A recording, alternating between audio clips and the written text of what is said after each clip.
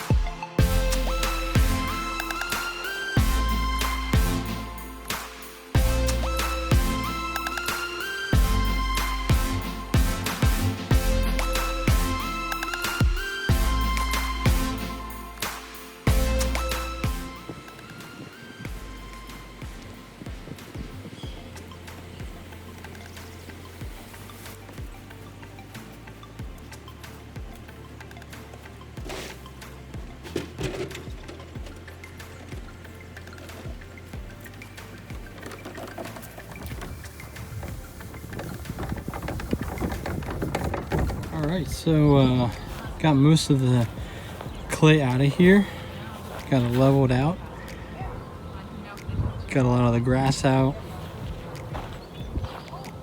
Still have these ruts here. Big ruts there and a big rut here. So I'll bring in some topsoil in for this area. This here is where all the clay used to be.